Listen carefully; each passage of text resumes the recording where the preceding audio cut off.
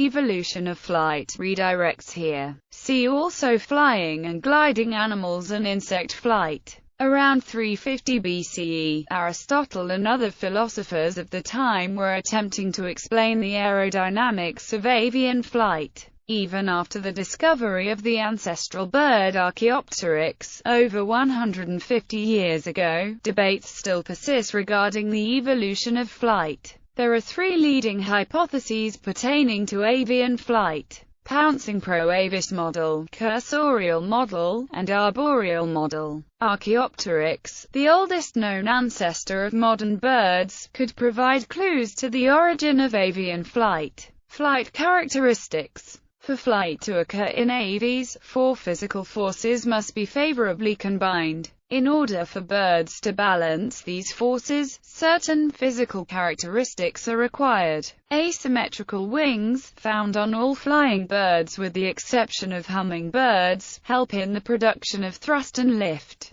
Anything that moves through the air produces drag due to friction forces. The aerodynamic body of a bird can reduce drag, but when stopping or slowing down, a bird will use its tail and feet to increase drag. Weight is the largest obstacle birds must overcome in order to fly. An animal can more easily attain flight by reducing its absolute weight. Birds evolved from other theropod dinosaurs that had already gone through a phase of size reduction during the Middle Jurassic, combined with rapid evolutionary changes. Flying birds during their evolution further reduced relative weight through several characteristics such as the loss of teeth, gonadal hypertrophy, and fusion of bones. Teeth have been replaced by a lightweight bill made of keratin, and chewing occurs in the bird's gizzard. Other advanced physical characteristics evolved for flight are a keel for the attachment of flight muscles and an enlarged cerebellum for fine motor coordination. These were gradual changes though and not strict conditions for flight. The first birds had teeth, at best a small keel and relatively unfused bones.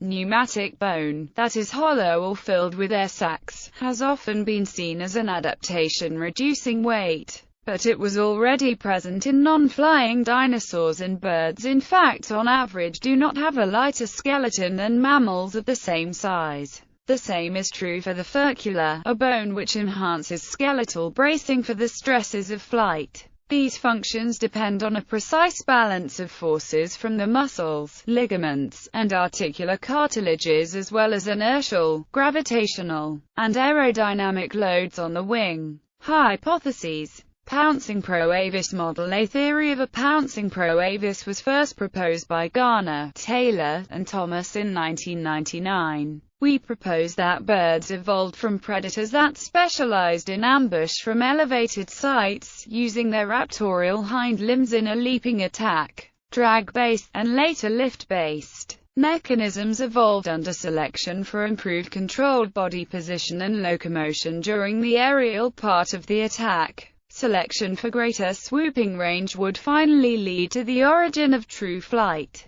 The authors believed that this theory had four main virtues. It predicts the observed sequence of character acquisition in avian evolution. It predicts an Archaeopteryx-like animal, with a skeleton more or less identical to terrestrial theropods, with few adaptations to flapping, but very advanced aerodynamic asymmetrical feathers. It explains that primitive pouncers could coexist with more advanced flyers since they did not compete for flying niches. It explains that the evolution of elongated rachis bearing feathers began with simple forms that produced a benefit by increasing drag. Later, more refined feather shapes could begin to also provide lift. Cursorial model. A cursorial, or running, model was originally proposed by Samuel Wendell Williston in 1879. This theory states that flight evolved in running bipeds through a series of short jumps. As the length of the jumps extended, the wings were used not only for thrust but also for stability, and eventually eliminated the gliding intermediate. However, this theory was modified in the 1970s by John Ostrom to describe the use of wings as an insect foraging mechanism, which then evolved into a wing stroke Research was conducted by comparing the amount of energy expended by each hunting method with the amount of food gathered. The potential hunting volume doubles by running and jumping. To gather the same volume of food, Archaeopteryx would expend less energy by running and jumping than by running alone. Therefore, the cost-benefit ratio would be more favorable for this model. Due to Archaeopteryx's long and erect leg, supporters of this model say the species was a terrestrial bird. This characteristic allows for more strength and stability in the hind limbs. Thrust produced by the wings coupled with propulsion in the legs generates the minimum velocity required to achieve flight. This wing motion is thought to have evolved from asymmetrical propulsion flapping motion. Thus, through these mechanisms, Archaeopteryx was able to achieve flight from the ground up. Although the evidence in favor of this model is scientifically plausible, the evidence against it is substantial. For instance, a cursorial flight model would be energetically less favorable when compared to the alternative hypotheses. In order to achieve liftoff, Archaeopteryx would have to run faster than modern birds by a factor of 3, due to its weight. Furthermore, the mass of Archaeopteryx versus the distance needed for minimum velocity to obtain liftoff speed being proportional. Therefore, as mass increases, the energy required for takeoff increases. Other research has shown that the physics involved in cursorial flight would not make this a likely answer to the origin of avian flight. Once flight speed is obtained and Archaeopteryx is in the air, drag would cause the velocity to instantaneously decrease. In addition, balance could not be maintained due to this immediate reduction in velocity. Hence, Archaeopteryx would have a very short and ineffective flight. In contrast to Ostrom's theory regarding flight as a hunting mechanism, physics again does not support this model. In order to effectively trap insects with the wings, Archaeopteryx would require a mechanism such as holes in the wings to reduce error resistance.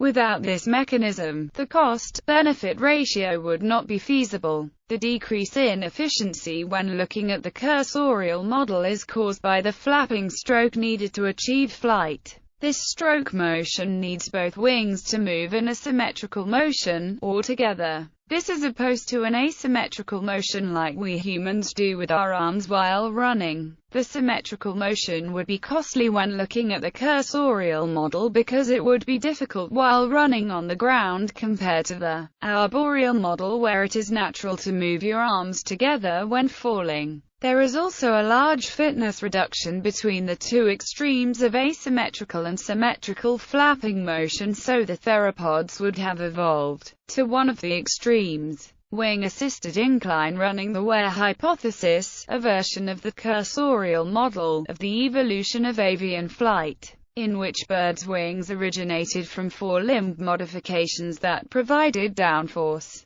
enabling the proto-birds to run up extremely steep slopes such as the trunks of trees, was prompted by observation of young chukar chicks, and proposes that wings developed their aerodynamic functions as a result of the need to run quickly up very steep slopes such as tree trunks, for example to escape from predators. Note that in this scenario birds need downforce to give their feet increased grip. It has been argued that early birds, including Archaeopteryx, lacked the shoulder mechanism by which modern birds' wings produce swift, powerful upstrokes. Since the downforce on which wear depends is generated by upstrokes, it seems that early birds were incapable of wear. However, a study that found lift generated from wings to be the primary factor for successfully accelerating a body toward a substrate during wear indicated the onset of flight ability was constrained by neuromuscular control or power output rather than by external wing morphology itself, and that partially developed wings not yet capable of flight could indeed provide useful lift during wear. Additionally,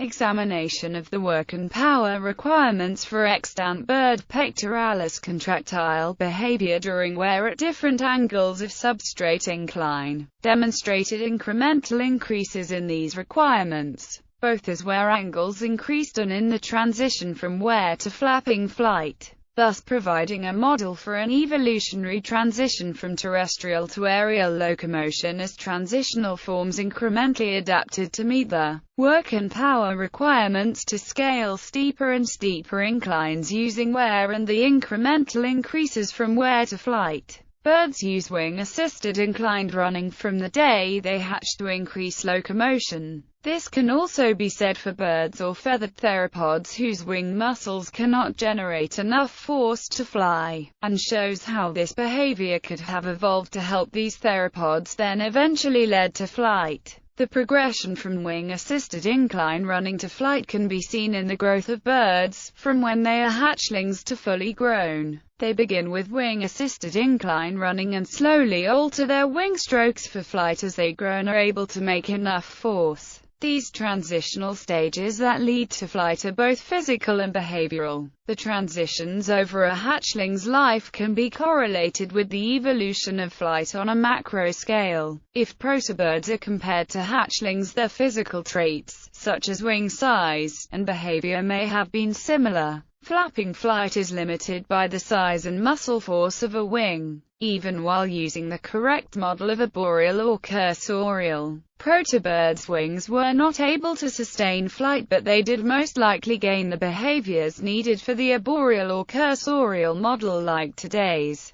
birds do when hatched. There are similar steps between the two. Wing-assisted incline running can also produce a useful lift in babies, but is very small compared to that of juveniles and adult birds. This lift was found responsible for body acceleration when going up an incline and leads to flight as the bird grows. This lift shows another transition state leading to flight. Arboreal model. This model was originally proposed in 1880 by Admiral C. Marsh. The theory states Archaeopteryx was a reptilian bird that soared from tree to tree. After the leap, Archaeopteryx would then use its wings as a balancing mechanism. According to this model, Archaeopteryx developed a gliding method to conserve energy. Even though an arboreal Archaeopteryx exerts energy climbing the tree, an arboreal Archaeopteryx is able to achieve higher velocities and cover greater distances during the gliding phase, which conserves more energy in the long run than a cursorial bipedal runner. Conserving energy during the gliding phase makes this a more energy-efficient model. Therefore, the benefits gained by gliding outweigh the energy used in climbing the tree. A modern behavior model to compare against would be that of the flying squirrel. In addition to energy conservation, arboreality is generally associated positively with survivability, at least in mammals. The evolutionary path between arboreality and flight has been proposed through a number of hypotheses. For example, Dudley and Janovic proposed that animals that live in trees generally end up high enough that a fall, purposeful or otherwise, would generate enough speed for aerodynamic forces to have an effect on the body. Many animals, even those which do not fly, demonstrate the ability to right themselves and face the ground ventrally, then exhibiting behaviors that act against aerodynamic forces to slow their rate of descent in a process known as parachuting. Arboreal animals that were forced by predators or simply fell from trees that exhibited these kinds of behaviors would have been in a better position to eventually evolve capabilities that were more akin to flight as we know them today. Researchers in support of this model have suggested that Archaeopteryx possess skeletal features similar to those of modern birds. The first such feature to be noted was the supposed similarity between the foot of Archaeopteryx and that of modern perching birds. The hallux, or modified of the first digit of the foot, was long thought to have pointed posterior to the remaining digits, as in perching birds. Therefore, researchers once concluded that Archaeopteryx used the hallux as a balancing mechanism on tree limbs. However, study of the thermopolished specimen of Archaeopteryx, which has the most complete foot of any known, showed that the hallux was not in fact reversed, limiting the creature's ability to perch on branches and implying a terrestrial or trunk-climbing lifestyle. Another skeletal feature that is similar in Archaeopteryx and modern birds is the curvature of the claws. Archaeopteryx possessed the same claw curvature of the foot to that of perching birds. However, the claw curvature of the hand in Archaeopteryx was similar to that in basal birds. Based upon the comparisons of modern birds to Archaeopteryx, perching characteristics were present, signifying an arboreal habitat. The ability for takeoff and flight was originally thought to require a supracoracoideus pulley system. This system consists of a tendon joining the humerus and coracoid process of the scapula, allowing rotation of the humerus during the upstroke. However, this system is lacking in Archaeopteryx. Based on experiments performed by M. Sy in 1936, it was proven that the SC pulley system was not required for flight from an elevated position but was necessary for cursorial takeoff.